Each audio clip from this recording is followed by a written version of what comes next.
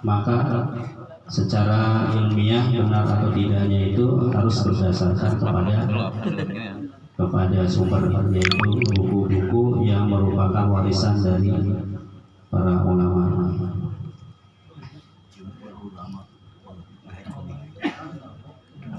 Bismillahirrahmanirrahim. Wa ruwiya an Ibni Az-Zubair an Jabir radhiyallahu taala anhuma an Rasulullah sallallahu alaihi wasallam annahu qala. Jadi Rasulullah sallallahu alaihi wasallam bersabda, ya ayyuhan nasu inna ahadakum la yamuta, wahai manusia, sesungguhnya salah satu dari kalian itu tidak akan meninggal dunia hatta yustakmala rizquhu, sehingga ia disempurnakan rizkinya.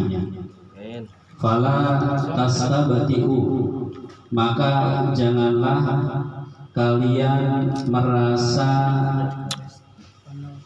dilambatkan. Fala tastabati'u, janganlah kalian merasa dilambatkan. Fala tastabati'ur rizqa fattaqullaha, dan bertakwalah kepada Allah. Wa ajmilu fit talabi, dan perbaikilah di dalam mencari rezeki. Fahudu, dan ambillah mahalla lakum, apa-apa yang telah dihalalkan untuk kalian. Wadaru, dan tinggalkanlah maharramallah, apa-apa yang sudah diharamkan oleh Allah Subhanahu wa taala. Jadi dalam hadis ini dijelaskan bahwa Allah Subhanahu wa taala tidak akan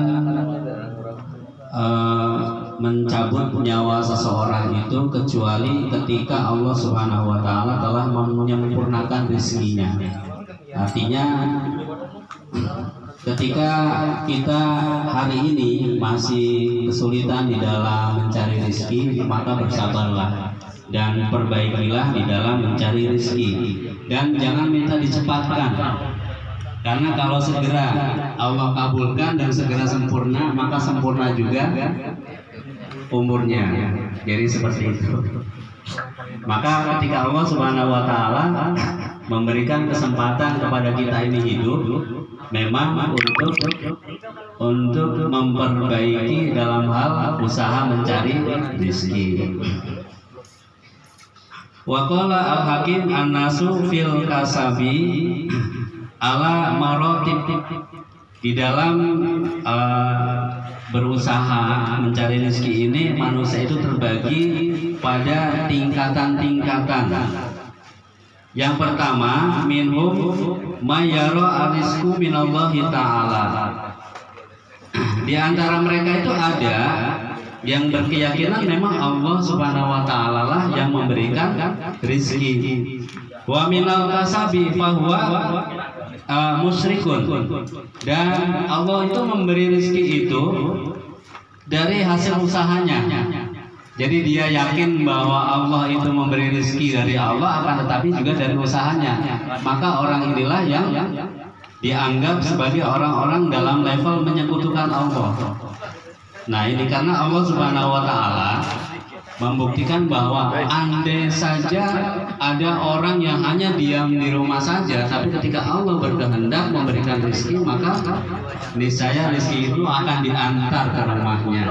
Atau ada hari ini orang yang secara sungguh-sungguh bekerja, yang si A bekerja dengan sungguh-sungguh, si B bekerja dengan sungguh-sungguh, tapi dengan kudrat dan kuasa Allah, apa yang terjadi? Si A Allah berikan rezeki berlimpah, si B tidak Allah berikan apa-apa. Nah ini membuktikan bahwa Allah Subhanahu wa taala itu memberikan rezeki sesuai dengan kehendaknya. Nah itu yang pertama.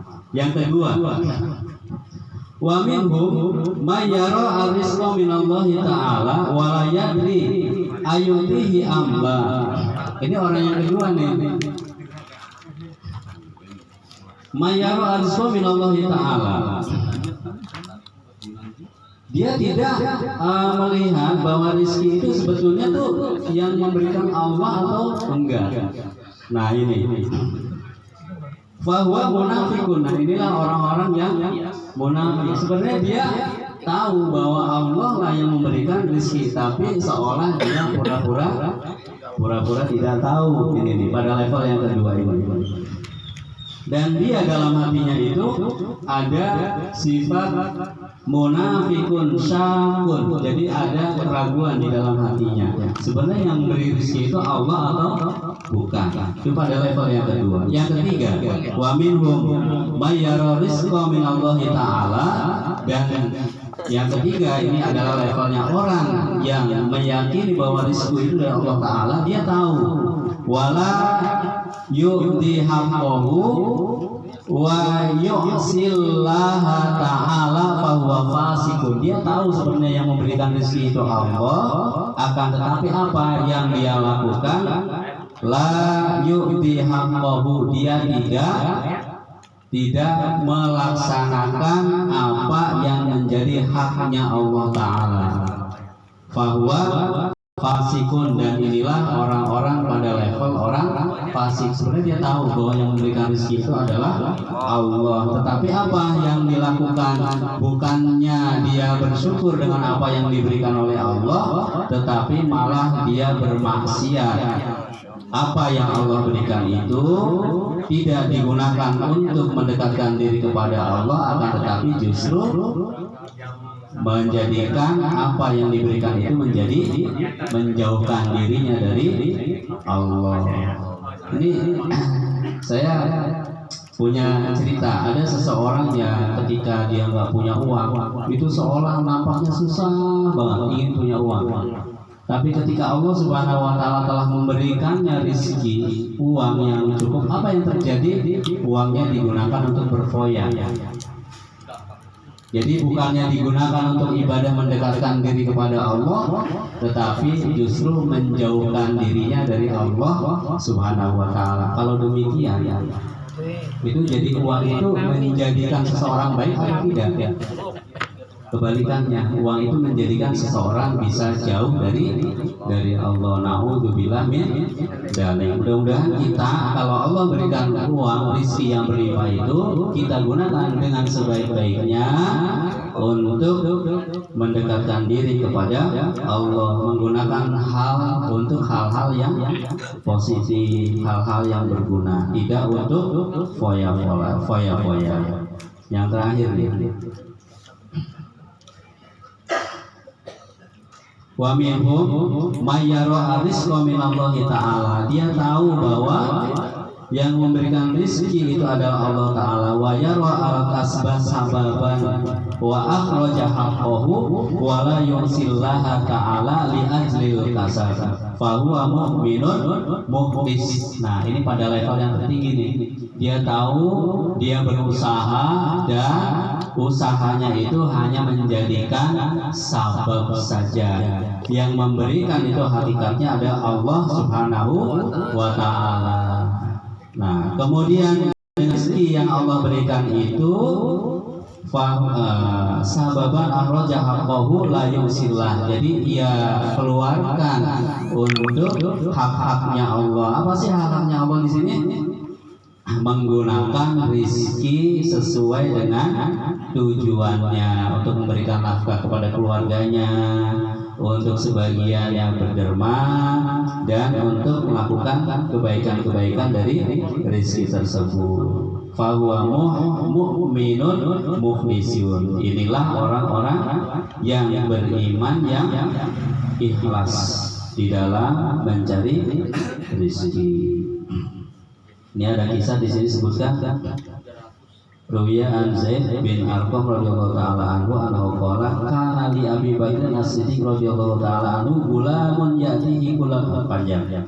Simpulannya, suatu hari sahabat Abu Bakar as-Siddiq itu setiap dia pulang ke rumahnya itu sudah disiapkan makanan oleh gulamuhu. Gulamuhu itu sebenarnya adalah anak laki-laki yang merupakan budaknya. Setiap dia akan makan itu makanan, itu sahabat Abu Bakar as-Siddiq itu selalu bertanya, wahai gulam, anak laki-laki, ini makanan dari mana dan untuk siapa? Nah, kemudian anak laki-laki ini kemudian menjelaskan dari ini dan sudah jelas. Jadi saking hati-hatinya sahabat Abu Bakar As-Siddiq kalau mau makan itu dia bertanya tentang asal usul makanannya. Pada suatu malam saking laparnya itu Abu Bakar begitu masuk ke rumah ada makanan langsung disantap tanpa nanya terlebih dahulu. Maka si budak laki-lakinya ini heran, wahai Abi Abu Bakar, kenapa Anda langsung makan? Biasanya kan nanya dulu kepada saya. Kemudian Abu Bakar As-Siddiq menjelaskan kalau dia sangat lapar dan akhirnya makan. Kemudian budaknya ini memperingatkan, ini sami itu Rasulullah Shallallahu Alaihi Wasallam yaqul, sesungguhnya Rasulullah Shallallahu Alaihi Wasallam bersabda, Innallaha Ta'ala harramal jannata ala kulli jasadin tughaddi aw ghuddiya biharamin. Sesungguhnya Allah Subhanahu wa taala mengharamkan jasa yang jasad itu tumbuh dari makanan yang haram. Dari kisah ini maka mari kita lebih semangat di dalam mencari rezeki, dan mari ketika rezeki itu sudah ada pada kita, sudah Allah berikan kepada kita, kita gunakan dengan sebaik-baiknya, dan mari kita lebih berhati-hati di dalam mencari rezeki agar Allah Subhanahu wa taala menyelamatkan kita dari api neraka. Semoga Allah Subhanahu wa taala memberikan kemudahan kita dalam menjalani kehidupan ini, memberikan rezeki yang berlimpah untuk dimanfaatkan dengan sebaik-baiknya, kembali untuk mendekatkan diri kepada Allah Subhanahu wa taala. Wallahu a'lam bishawab. Assalamualaikum warahmatullahi wabarakatuh.